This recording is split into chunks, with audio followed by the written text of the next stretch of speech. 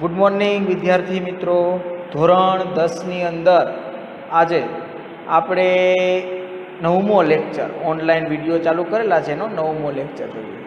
તમને 8 લેક્ચર સુધી યુટ્યુબની અંદર વ્યવસ્થિત અપલોડ થઈ ગયેલ છે. હવે 10મા ધોરણની અંદર અત્યાર સુધીના લેક્ચરની વાત કરું કે 8 લેક્ચર જે હતા તો એ 8 લેક્ચર તમને કામ કરેલું છે એ બધું માત્ર રિવિઝનનું જ કામ આપેલું હતું. ક્લિયર? તો હવે આપણે લેક્ચરની વાત કરીએ એવા જઈએ તો હું જે ચેપ્ટર ચાલુ કરાવું છું એનું કામ પણ મેં તમને યુથ એજ્યુકેશનના વિડીયો મારફતે આવેલું હતું. પણ મોટા ભાગનાને એવી તકલીફ પડેલી હતી કે જે ચેપ્ટર 6 મેં એવું કીધેલું હતું કે બોર્ડની અંદર એક ચેપ્ટર 6માંથી પ્રમેય ફરજિયાત પૂછાય છે 4 માર્ક્સની અંદર. દર વર્ષના પેપરમાં તમારે જોઈ લેવાનું. કોઈ પણ 10મા ધોરણનું પેપર હોય એમાં આ ચેપ્ટરમાં તો આ ચેપ્ટરનો ગુણભાર મેં નીચે લખેલો છે. કેટલો છે? ટોટલ 6 માર્ક્સનો છે. બરાબર? 6 માર્ક્સમાંથી 4 માર્ક્સનો પ્રમેય ફિક્સ જ હોય છે અને બાકીના 2 માર્ક્સમાં કોઈ 2 માર્ક્સનો દાખલો હોય, એક 2 ખાલી જગ્યા કે એમસીક્યુ એવા ટાઈપ પ્રકારના પ્રશ્ન જે હોય જે પ્રમેય તમે કર્યા હોય ને એના ઉપરના જોઈએ, એટલે એમાં કંઈ નવું ન હોય. ક્લિયર? એટલે સાબિતી હોય, પ્રમેય હોય છે એના અથવામાં રાઇડર, આ ચેપ્ટરમાં રાઇડર હોય છે. પણ બધાને રાઇડર બહુ તકલીફવાળી પડે છે, કેમ કે બધા યુથ એજ્યુકેશનમાં ખાલી પ્રમેય જોયા છે એમાંય તકલીફો પડેલી છે. અમુકને સમજાય છે ને અમુકને નથી ખબર પડતી. તો હવે વિચારો એની આપણે રાઇડરો સાબિત કરવી એ ઘણી તકલીફવાળી છે. એટલે માત્ર આ જે ચેપ્ટર નંબર 6 છે એમાં જેટલું આઈએમપી એટલે જેટલું કામની વસ્તુ છે જે તમે અગાઉ પણ ભણવાના છો, જે કામનું છે એના વિશે જ આપણે કામ કરવાનું છે. એટલે હવેથી હું આ ચેપ્ટર નંબર 6 જો મેં બાજુમાં નથી લખ્યું રિવિઝન. શું કામ? કે તમે ઘણા બધાને મને વાત કરેલી હતી કે સાહેબ 6ઠું ચેપ્ટર છે ને એ પ્રમેય બધા કરાવજો, તમને અમને નથી ખબર પડતી. એટલા માટે મેં આમાં રિવિઝન લખેલું નથી. એટલે આપણે રિવિઝન સુધીનું ક્યાં રાખેલું? 3જા ચેપ્ટર સુધી. 3જા ચેપ્ટરમાં આપણે બધાના રિવિઝનના દાખલા એક વાર સમજી લીધા. બરાબર? હવે બાકીના કોયડા તો તમને ખબર છે કે યુથ એજ્યુકેશનના વિડીયો મારફતે તમે સમીકરણ કેમ બને છે એટલું જ સમજી લેજો. બાકીનાને સોલ્વ કરતાં તો તમારી પાસે મેથડ તો છે જ કે 2 સમીકરણ બની જાય છે, ત્યાં કોયડાનું કામ ત્યાં સુધીનું થશે. બાકીનાને તો સોલ્વ કરીને એક્સ ને વાયની કિંમત મેળવી દો એટલે કોયડો તમારો સોલ્વ. પછી જેવી રકમ આપેલી છે તમારે કોયડામાં માત્ર શું સમજવાનું છે? વિડીયો જોવાને યુથ એજ્યુકેશન એમ તમે જોયેલા જ હશે. બધાને તકલીફ નથી પડી એટલા માટે આપણે એમાં ટાઈમ બગાડવો છે નહીં. પણ અમુકને મેથડમાં સોલ્વ કરવા વાંધો આવતો હતો એટલે આપણે બધાની મેથડ પાછી યાદ કરીને જોઈ લીધી હતી, જેથી કરીને છેલ્લે આપણે પરિવર્તિત સમીકરણ, ક્યારેક એવું બને કે ચલ રહ્યા અંશની બદલે છેદમાં આવે તો આપણે એનું સોલ્યુશન કઈ રીતે કરી શકાય? પરિવર્તિત સમીકરણ સ્વરૂપે કરી શકાય, જેના આપણે 1-2 દાખલા તમને વિડીયો દ્વારા આપેલા છે. ક્લિયર? તો આજે જે ચેપ્ટર નંબર 6 જે ચેપ્ટર છે ત્રિકોણ, ટ્રાયેંગલ, જેને ઇંગ્લિશમાં શું કહેવાય? મેં એવું કીધું હતું તમારી પાસે જે પણ ચેપ્ટર હોય તેનું ચેપ્ટરનું ઇંગ્લિશ નામ પણ લખેલું હોવું જોઈએ અને તમને આવડવું જરૂરી છે. તો હવેથી જે કામ કરશો, હવેના જેટલા વિડીયો 10માના ચાલુ થાય આજથી, એ બધા વિડીયો જ્યારે જોવો ત્યારે પાકી બુક CW બુકમાં જેટલું હું આમાં કામ કરાવું એવું સારા અક્ષરે પેનથી બ્લેક અને બ્લુ પેનના યુઝ કરીને વ્યવસ્થિત પેલા વિડીયો આખો સમજી લેવાનો. પછી સમજાઈ જાય એટલે વિડીયો છે ને આખો પાકી બુકમાં જે પણ પ્રમેય કરાવવું, જે પણ નોટ્સ લખાવવું એ બધું લાઇનમાં જેમ કરાવું એમ જ તમારે લખવાનું છે. જેમ કે હું ક્લાસરૂમમાં બોર્ડ વર્ક કરતો હતો ને પછી તમે લખતા હતા, એ જ કામ આમાં જોઈન કરવાનું છે. હવે બીજી સુવિધા પણ મેં આમાં આપેલી છે કે હું જે આજે કામ કરાવું તો આજે જેટલું કામ કરાવ્યું ને એની PDF ફાઇલ અથવા તો ફોટો તમે જેમ કે આજે 24 તારીખનો વિડીયો તમે જોવાના છો ચેપ્ટર નંબર 6નો લેક્ચર 9નો, તો એ વિડીયો જ્યારે જોવો ને ત્યારે વિડીયોનું ટાઇટલ નીચે હશે. એ ટાઇટલની સાઈડમાં એક એરો કી હશે. એ એરો કી ઉપર ક્લિક કરશો ને એટલે નીચે કંઈક તમે જોશો ને 2-3 લાઈન પછી કંઈક લિંક દેખાશે બ્લુ કલરની. એની અંદર આપણે મેં જેટલું ભણાવેલું હશે એના ફોટા અથવા તો PDF ફાઇલ મળેલી હશે. ક્લિયર?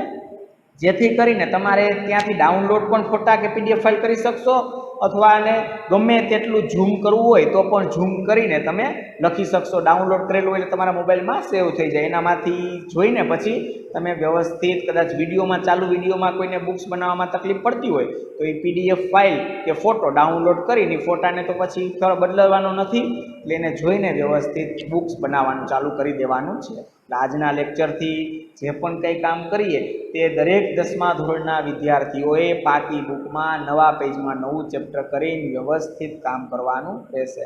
આ ચેપ્ટરમાં જેટલું બોર્ડમાં પૂછાય છે, પ્રમેય વિભાગ માટે જોવા જઈએ તો આપણે પ્રમેય જેટલા પૂછાય છે પ્રમેય બધા કરવા પડશે.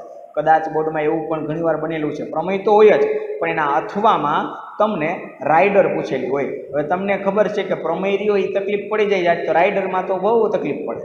પણ અમુક જે કામની મને રાઇડર લાગશે કે 1-2 કરવા જેવી છે, 2 માર્કમાં પૂછી શકાય તો એ બધી લઈ લેશો, એટલે તમારે ચિંતા બીજી કરવાની નથી. એટલે હવે આજ સુધી રિવિઝનનું કામ હતું, આજથી કામ વ્યવસ્થિત ચાલુ થાય છે. દરેક વિદ્યાર્થીઓએ રોજનો વિડીયો તો યુટ્યુબમાં, આજે મારો લેક્ચર હોય તો કાલ સુધીમાં લેક્ચર ચાલુ થાય ને ત્યાર સુધીમાં તો લગભગ યુટ્યુબમાં મુકાઈ જ ગયો હોય છે. એટલે તમે હારોવાર કામ કરજો એટલે પાછળ રહી જાવ નહીં. ઓકે, બધાને આજથી રેગ્યુલર સમજીને હારોવાર કામ કરવા માટે ઓલ ધ બેસ્ટ. ઓકે, તો આપણે આજે ચેપ્ટર નંબર 6ની શરૂઆત કરશું. ચેપ્ટર નંબર 6 જેનું નામ છે ત્રિકોણ, એને ઇંગ્લિશમાં કહેવાય ટ્રાયેંગલ એટલે ત્રિકોણ, જેનો ગુણભાર મેં નીચે લખેલો છે 6 માર્ક્સ. ઓકે, હવે હું ચેપ્ટર નંબર 6ની અંદર મેં એવું કીધું કે આપણે પેલા પ્રમેય જ શીખવાના છે.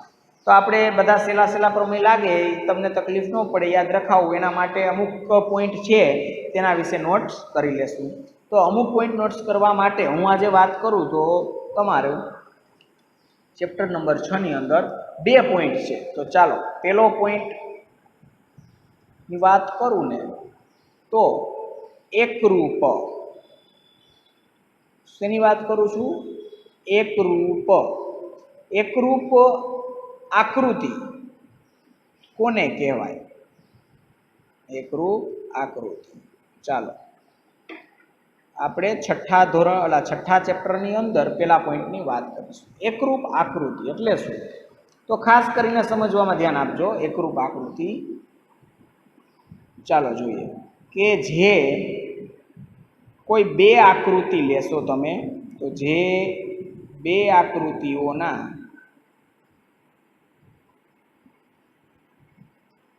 આકાર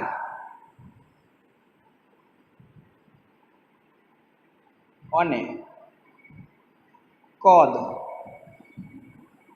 સમાન હોય, જે 2 આકૃતિઓના આકાર અને કદ સમાન હોય તો તે બંને આકૃતિઓને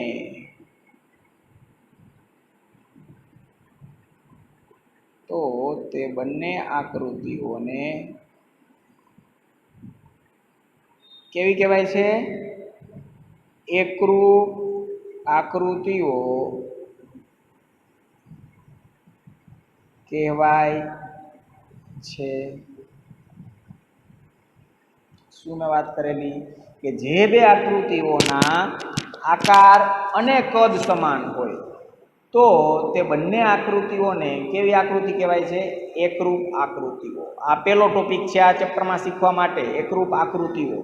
તો આપણે ઉદાહરણ તરીકે કોઈ એક આકૃતિ દોરીશું આપણે, તો જેથી કરીને તમને ખ્યાલ આવે. બરાબર? ચાલો હાલો,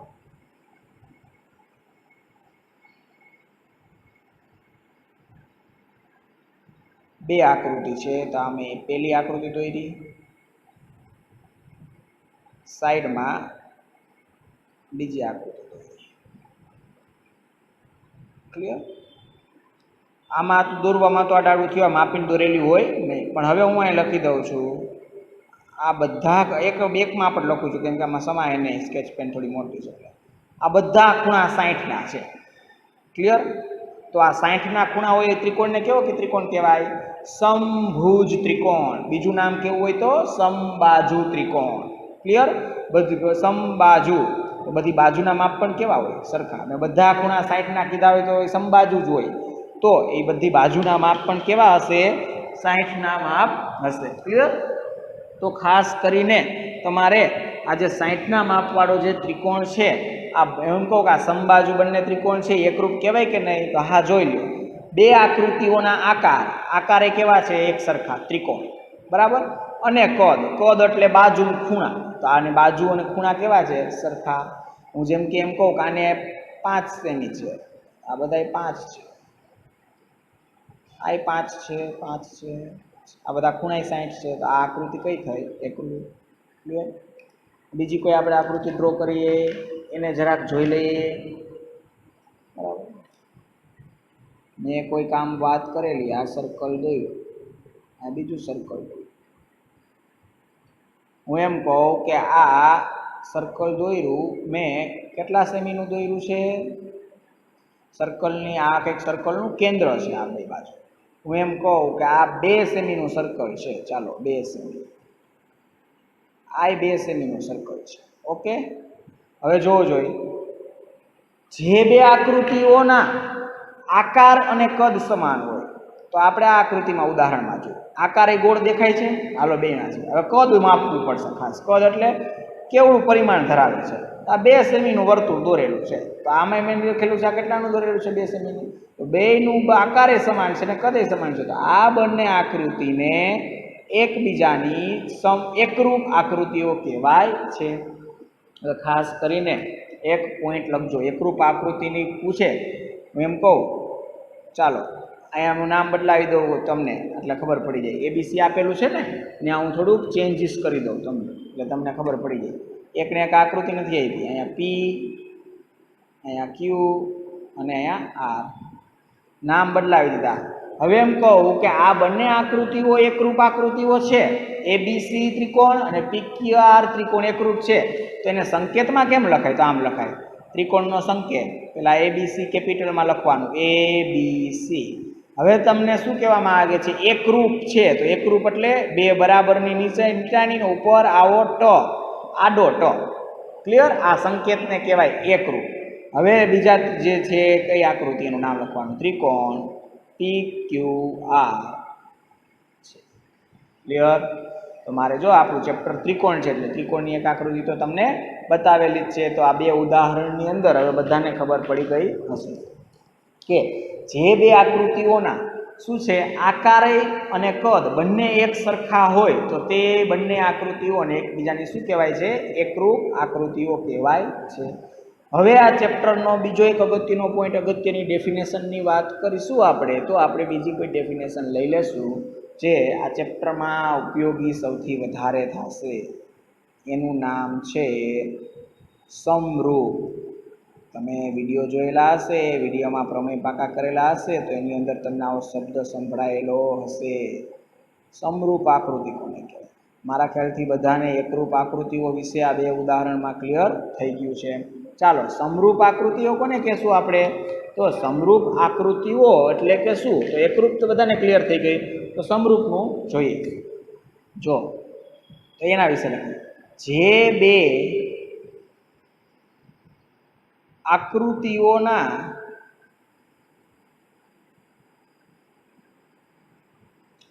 આકાર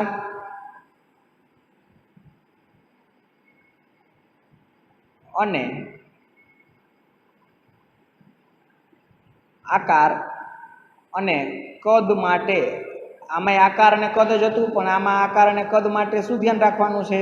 આકાર અને કદ માટે સૌપ્રથમ આકાર સમાન હોય. કોના? બે આકૃતિઓના. 2 પોઈન્ટ ધ્યાન રાખવાના, આકાર અને કદ. એમાં હવે જોવાનું શું? તો આકાર સમાન હોય,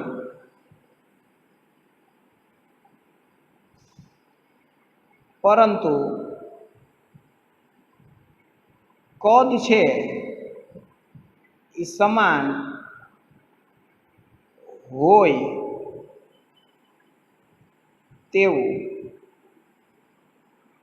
જરૂરી ગણવામાં આવતું નથી. આકાર માટે શું? બે આકૃતિઓના આકાર ને કદ, આ બે ટોપિક ઉપર, 2 પોઈન્ટ ઉપર જોવાનું છે. સૌપ્રથમ આકાર કેવા હોવા જોઈએ? સમાન હોવા જોઈએ. પરંતુ કદ સમાન હોય તો ચાલે, પણ સમાન હોય તેવું જરૂરી નથી. તો તે બે આકૃતિને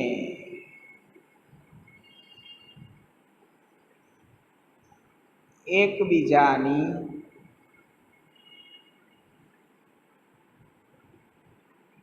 સમરૂપ આકૃતિ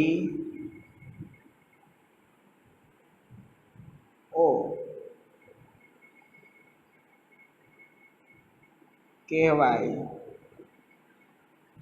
છે કે કોઈ પણ બે આકૃતિઓના આકાર અને કદ માટે સૌપ્રથમ જોવા જઈએ તો પેલું આકાર છે એ સમાન હોય, પરંતુ એટલે આકાર કેવો હોવો જોઈએ? સમાન હોવો જોઈએ, પરંતુ કદ રહીને એ કદાચ સમાન હોય કે ન હોય, અમુકનું કદ મોટું હોય નાનું હોય, તો આવા પ્રકારનું હોય તો એને સમરૂપ આકૃતિઓ કહેવાય. એકરૂપમાં શું જોયું આપણે? બધું જ સમાન, આકાર પણ સમાન અને કદ પણ સમાન. આની અંદર શું છે? આકાર તો સમાન હોવો જ જોઈએ. જો સૌપ્રથમ આકાર સમાન હોય, પરંતુ કદ સમાન હોય તેવું જરૂરી નથી. કદ સમાન હોય જરૂરી છે નહીં.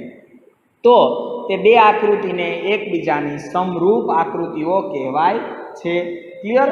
તો આપણે આ જે સમરૂપ ટોપિક છે એ ટોપિકનો આ ચેપ્ટરમાં સૌથી વધારે વાર ઉપયોગ આવશે.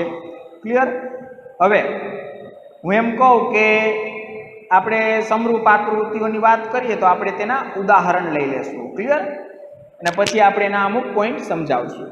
તો હવે આપણે પાછળ જોઈએ. આના સુધીનું બધું બધાને ક્લિયર થઈ ગયું હશે.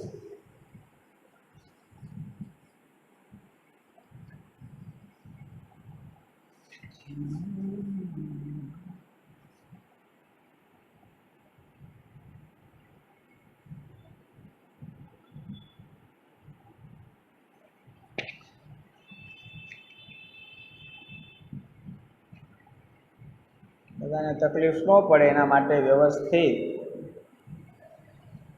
ચેપ્ટર નંબર 6નું આપણે કામ જોઈએ છીએ, જેથી કરીને બધાને પ્રમેય જ્યારે સમજો, પ્રમેયમાં અમુક પોઈન્ટ જ્યારે આવશે ત્યારે તમને આપોઆપ સમજાય જશે. ક્લિયર? ખાસ કરીને ચાલો વ્યવસ્થિત થઈ ગયું. હવે આપણે ચાલુ કરીએ. ઓકે, ચાલો બધાએ બ્રેક પણ લઈ લીધો હશે. કયા ટોપિક વિશે છેલ્લે વાત કરેલી છે આપણે? મેં સમરૂપ આકૃતિ. સમરૂપ કોને કહેવાય? જે બે આકૃતિ હોય એના આકાર કેવા હોય, તો આપણે એના ઉદાહરણ આકૃતિઓ જોઈ લઈએ. હું એમ કહું, એવું નહીં અલગ અલગ આકૃતિઓ હોય તો જ ઓળખી શકાય, એકમાં આકૃતિ હોય તો પણ આપણે ઓળખી શકાય હો. જેમ કે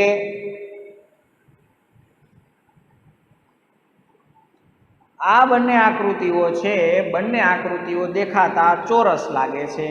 ક્લિયર? તો આ બંને આકૃતિઓના આકાર કેવા છે? એક સરખા છે. પણ આનું કદ માપવા જઈએ તો એક સરખું થાય ક્યારેય ન થાય. શું કામ?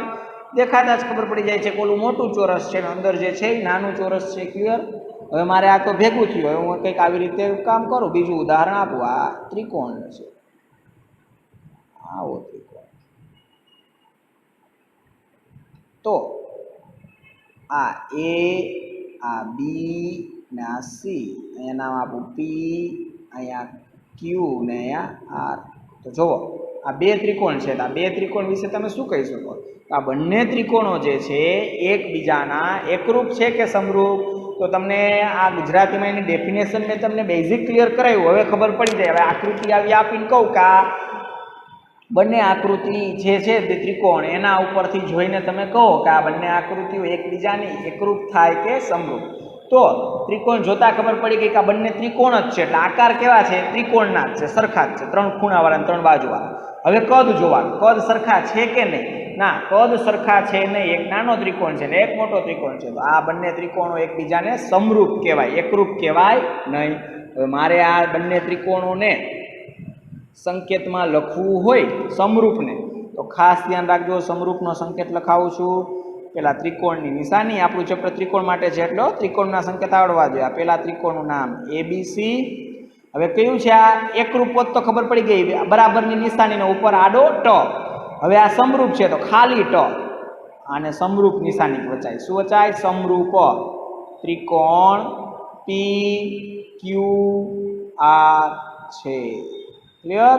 હું આવું વાક્ય લખું એટલે આને ગુજરાતીમાં કહેવાય ત્રિકોણ એબીસી આડો ટ એટલે કે સમરૂપ ત્રિકોણ PQR છે. હું આની નીચે બે લીટા કરું એટલે મારો જવાબ ખોટો પડે. શું કામ ખોટો? કેમ કે આમાં આકાર જ સમાન છે, કદ ક્યાં સમાન છે? આકાર અને કદ બંને સમાન હોય તો એને એકરૂપ કહેવાય છે. માત્ર આકાર હોય અને કદ હોય નહીં તો તેવી બે આકૃતિઓને સમરૂપ આકૃતિઓ કહેવાય છે. ક્લિયર? તમને ક્યારે એવું પૂછવામાં આવે કે હંમેશા એકરૂપ હોય એવી આકૃતિઓ કઈ છે? તો આપણે જોઈએ કે સમબાજુ ત્રિકોણની આપણે જોઈ લીધું, હંમેશા એકરૂપ જ હોય. ક્લિયર? ચોરસ છે એ હંમેશા કેવી હોય છે? એકરૂપ પણ હોય છે. હજી અમુક અમુક આકૃતિઓના નામ પણ આપણે આગળ આવતા જશે એટલે આપણે ડિસ્કસ કરશું. આપણે તો હવે આ 2 પોઈન્ટ બધાને ક્લિયર થઈ ગયા. નવા ટોપિકમાં કે આજે કોઈ પ્રમેયની શરૂઆત કરવી નથી, નવું ચેપ્ટર છે, શરૂઆત જોઈએ છીએ, થોડુંક થિયરિટિકલ ચેપ્ટર છે. તો હવે હું એમ પૂછું કે બધી એકરૂપ આકૃતિઓ રહી એ સમરૂપ હોઈ શકે? આમાં પ્રશ્ન 2 બની શકે, ઘણીવાર પૂછાય છે. તો એ તમે આ સમજેલા હો તો ખબર છે કે બધી એકરૂપ આકૃતિઓ રહીને એ સમરૂપ તો હોય જ, પરંતુ બધી સમરૂપ આકૃતિઓ એકરૂપ હોય તે જરૂરી નથી. એટલે આ પોઈન્ટ ખાસ યાદ રાખજો, નોટિસ કરી લેજો આ પોઈન્ટની. તો ચાલો, કયો પોઈન્ટ હતો તો જોઈ લઈએ. આજે એ પોઈન્ટને ઓળખશું. ચાલો આ પેન લઈ લઈએ. હું જે પોઈન્ટ લખું છું ખાસ જોજો, આ યાદ રાખવાનું છે. 2 પોઈન્ટ સમજ્યા ને એના ઉપર બધી જ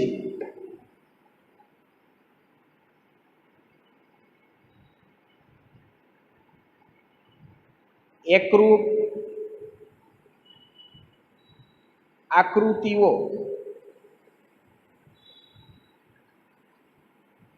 સમરૂપ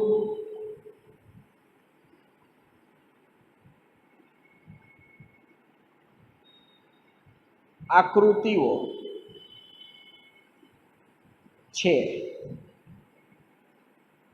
પરંતુ બધી સમરૂપ આકૃતિ છે, બધી સમરૂપ આકૃતિઓ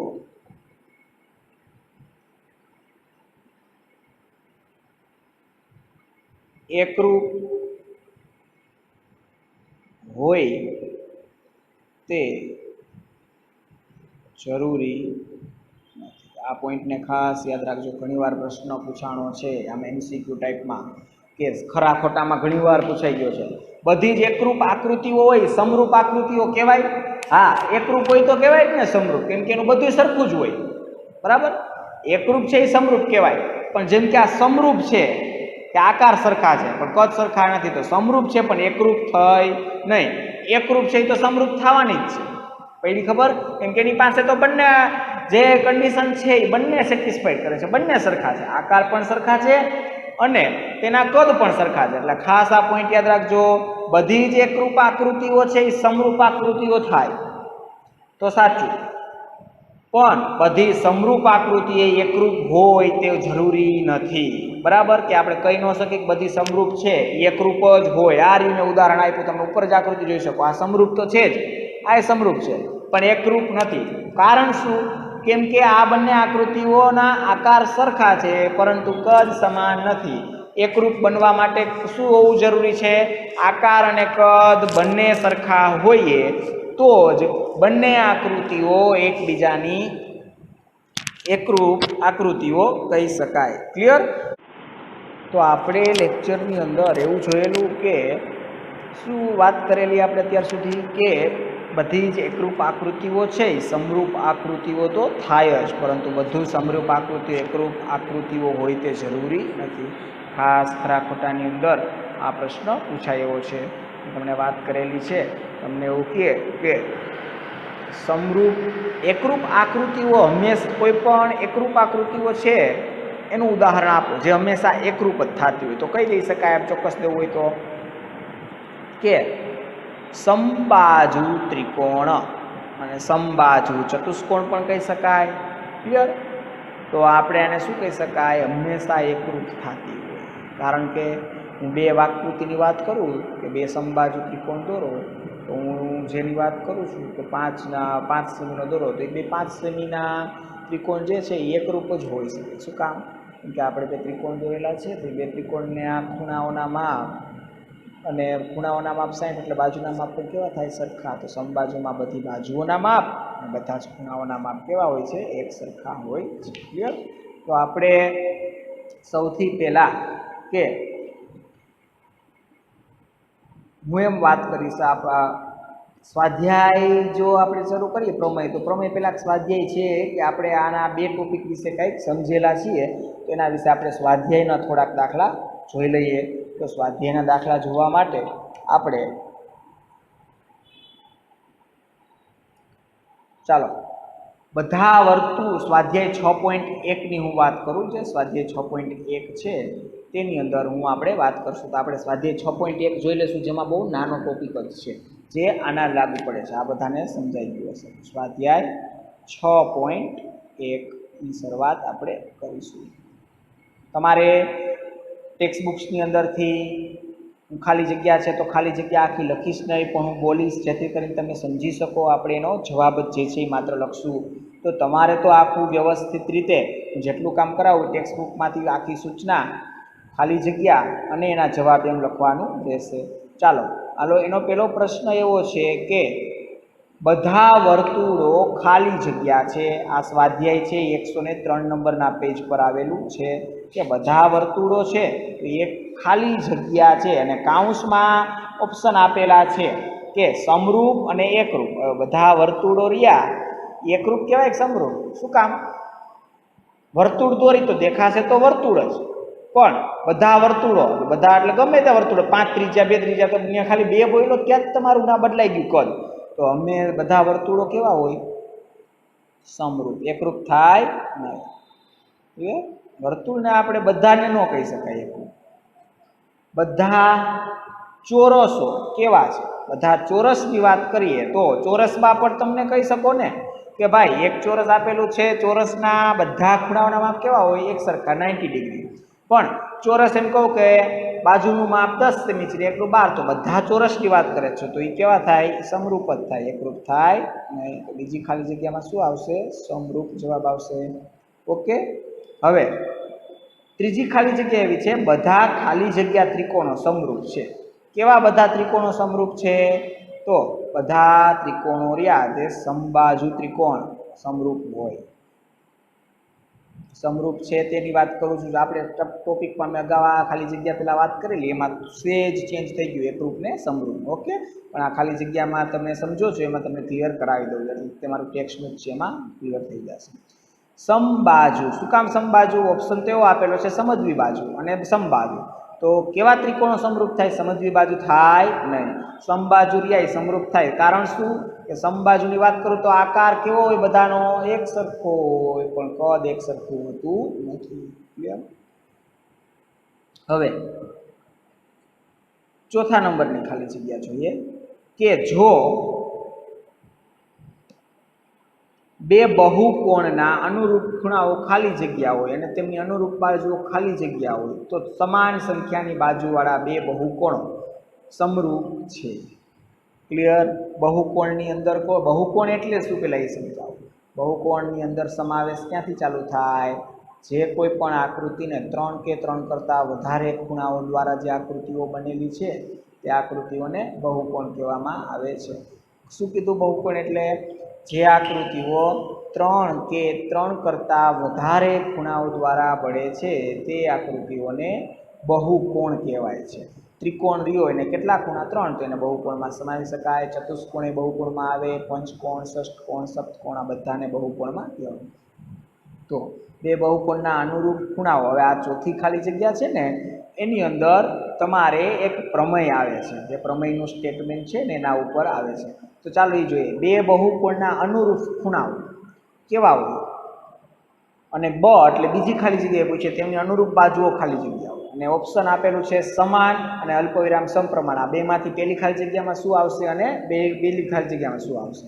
તો લાઈનમાં જ આવશે. જોવા જઈએ તો બે બહુકોણના અનુરૂપ ખૂણાઓ, બહુકોણ એટલે કોઈ પણ બે આકાર 3 કે 3 કરતા ના અનુરૂપ ખૂણાઓ ખાલી જગ્યા હોય સમાન, તો તેમની અનુરૂપ બાજુઓ કેવી હોય? સમપ્રમાણમાં હોય. જેના ખૂણા સમાન હોય તો પેલો ખાલી જગ્યામાં જવાબ આવશે સમાન. પડી ખબર? અલ્પવિરામ એટલે બીજી ખાલી જગ્યા, તો એની બાજુઓ કેવી હોય? સમપ્રમાણ હોય. આ યાદ રાખજો. આ તમને આ ચોથી ખાલી જગ્યા છે એ પ્રમેયનું સ્ટેટમેન્ટ જ્યારે આવશે ને, પ્રમેય આવશે આપણે થેલ્સનું સમાન ને સમપ્રમાણ, તેની અંદર આ વ્યવસ્થિત થઈ જશે. ક્લિયર? હવે આપણે સ્વાધ્યાય 6.1 કે સમરૂપ આકૃતિઓ અને સમરૂપ ન હોય તેવી આકૃતિઓ. ક્લિયર? તો આના ઉદાહરણ આપણે ખાલી જગ્યામાં જ આપી દીધા. જોવો જોઈએ પેલી ખાલી જગ્યામાં વર્તુળોને સમરૂપ કહી શકાય, આ કહી શકાય. ચોરસો કહી શકાય, આ કહી શકાય. સમબાજુ ત્રિકોણ કહી શકાય, સમબાજુ ચતુષ્કોણ કહી શકાય. બધા કેવા કહેવાય? સમરૂપ આકૃતિઓ કહેવાય. સમરૂપ ન હોય તેવી આકૃતિઓ કઈ હોય? તો આપણે બદલાવી શકાય કે સમરૂપ ન હોય તેવી આકૃતિઓ. એક સાદો ત્રિકોણ લઈ લો ને એક કાટકોણ ત્રિકોણ. તો છે તો બે ત્રિકોણ જ, નામ તો બંને ત્રિકોણ જ છે. એક ત્રિકોણ છે એ ખાલી એમનેમ જે ત્રિકોણ છે ગમે તે આ જે ત્રિકોણ દોર્યો છે. હું બીજી વાત કરું તો સમરૂપ ન હોય તેવી આકૃતિમાં તો હું એક કેમ કહું કે કાટકોણ ત્રિકોણ. તો એક ત્રિકોણ છે ને કાટકોણ, એ બંનેમાં ફેર કરી. ક્લિયર? ઓલો 90 ડિગ્રી વાળો છે. તો સમરૂપ ન હોય એવી આકૃતિનું ઉદાહરણ થઈ ગયું. ક્લિયર? અને તો ચાલો હવે આપણે ત્રીજો ક્વેશ્ચન જોઈ લઈએ. બીજા ક્વેશ્ચનના કઈ એવા પ્રશ્ન આપણે તમને એમને સમજાવીએ. ત્રીજો પ્રશ્ન પેજ નંબર 103 ની અંદર, નીચેના ચતુષ્કોણો સમરૂપ છે કે નહીં તે જણાવો. સમરૂપ હોય તો શું ચેક કરવાનું આવે? બધાને આકાર સરખા હોવા જોઈએ. બરાબર છે? એના કદ સમાન હોય તો જરૂરી નથી. તો નીચેના ચતુષ્કોણ જે છે તે સમરૂપ છે કે નહીં તે જણાવો. તો જો તમને ટેક્સ્ટબુકની અંદર બે ચતુષ્કોણ આપેલા છે. હવે તમારે સૌથી પહેલાં એના આકાર જોવાના. આકાર એટલે જેમ આકાર એવો છે એવો જ બીજાનો આકાર છે. તો બધા 103ના પેજ પર એક સામે રાખીને જ્યારે કામ કરીને જોશો તમારે આકૃતિ દોરવાની વ્યવસ્થિત, પછી જવાબ લખવાનો. આ તો પેલો પ્રશ્ન હતો. પ્રશ્ન બીજોની તો વાત મેં તમને કરી દીધી કે આ બધા જ પ્રશ્ન બીજાની અંદર સમરૂપ આકૃતિના ઉદાહરણ આપવા હોય તો કોણ આપી શકાય? કે ભાઈ વર્તુળ છે, ચોરસ છે, સમબાજુ ત્રિકોણ, સમબાજુ ચતુષ્કોણ, આ બધા હંમેશા સમરૂપ હોય તેવી છે. સમરૂપ ન હોય એનું ઉદાહરણ મેં આપીને સમજાવી દીધું કે કોઈ એક ત્રિકોણ છે તો બીજો ત્રિકોણ લઉં, પણ કેવો લઉં? કાટકોણ. તો પ્રશ્ન 2 નું હમણાં બાજુમાં લખી દઉં. પ્રશ્ન 3માં હું આકૃતિમાં માપ નથી જોવા મારે, સમરૂપ છે કે નહીં તે જણાવો. સમરૂપ ક્યારે કહેવાય? કે જે બંને આકૃતિઓ હોય તેના આકાર સમાન હોય, કદ સમાન ન હોય તો ચાલે. આકાર તો સમાન જ હોવા જોઈએ. તો તમારે આકાર જો સમાન નથી, એક તમને ચોરસ દેખાય છે ને એક સમાંતર બાજુ ચતુષ્કોણ દેખાય છે. ક્લિયર? તો આનો ત્રીજાનો જવાબ આવશે ના, સમરૂપ છે નહીં. તો આપણે પ્રશ્ન નંબર બીજો, તો અહીંયા પ્રશ્ન નંબર બીજો પણ લખાવી દઉં છું જેના જવાબ તમને ખબર પડશે.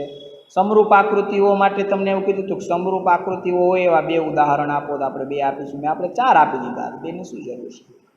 ક્લિયર? તો સમરૂપ આકૃતિઓ હોય તો એના પહેલું ઉદાહરણ મેં એવું કીધું વર્તુળ, ચોરસ, ગમે એટલા વર્તુળ દોરો, 4 સેમી 10 સેમી, એના આકાર તો વર્તુળ જ દેખાય, પણ એના કદ સમાન હોય તો નહીં. ચોરસ ગમે એવું દોરો તો ચોરસ જ દેખાય, ચોરસ ચાલે. ક્લિયર? હવે બીજો ક્વેશ્ચન, આ પ્રશ્ન નંબર બીજાનો શું હતો કે સમરૂપ ન હોય તેવી આકૃતિ. સમરૂપ ન હોય તેવી આકૃતિની વાત કરવાની છે. તો ચાલો સમરૂપ જે ન હોય તેવી આકૃતિની વાત કરું તો એક હું ત્રિકોણ લઉં. તો સામે મારે ન હોય એવી બતાવી છે, તો બીજો કોઈ ખાલી ત્રિકોણ લઈશ તો ત્રિકોણ તો સરખા જ થાય છે. નામ આપવું પડશે બદલાવીને. કાટકોણ, ત્રિકોણ. ક્લિયર? હજી આપણને કેટલા ઉદાહરણ આપવાનું કીધું હતું? 2 ઉદાહરણ. આ પેલું ઉદાહરણ છે. બીજું લઘુકોણ ત્રિકોણ લયો. એક લઘુકોણ ત્રિકોણ દોરું, બાજુમાં ત્રિકોણ દોરું, પણ કેવો ત્રિકોણ દોરું? ગુરુકોણ અથવા કાટકોણ. તો મેં અહીંયા ગુરુકોણ ત્રિકોણ લીધો છે. તો બંને ત્રિકોણ પણ ફેર પડી જાય. એક લઘુકોણ છે ને એક ગુરુકોણ છે. બંને છે ત્રિકોણ, પણ બંનેના આકાર જ સમાન છે નહીં. આકાર સમાન ન હોય તેની સમરૂપ કહેવાય નહીં. આ પ્રશ્ન પહેલાના જવાબ છે બધા.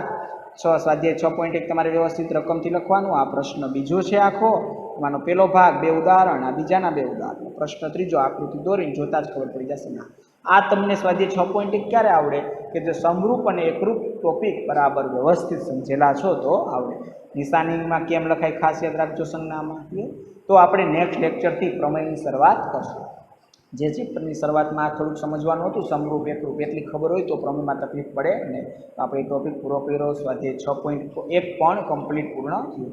તો આપણે નેક્સ્ટ જે ટોપિક છે સમરૂપતાના પ્રમેય, થેલ્સનો બધાના પ્રમેય વિશે શરૂઆત કરશું. આજના લેક્ચરમાં CW બુક્સની અંદર આટલું બધું બધાએ કમ્પ્લીટ અહીંયા સુધીનું લેક્ચર લીધે છે. સ્વાધ્યાય 6.1 સુધીનું સારી પેન બ્લેક અને બ્લુથી જેમ ક્લાસરૂમમાં સારી નોટ બનાવો છે એમ હવેથી બનાવવાનું ચાલુ કરી દેવાનું છે. રોજના વિડીયો લેક્ચરમાં જોઈને એની નોટ્સ બની જવી જોઈએ. એટલે આરે થવું જોઈએ. ક્લિયર? ધન્યવાદ. આભાર બધાનો.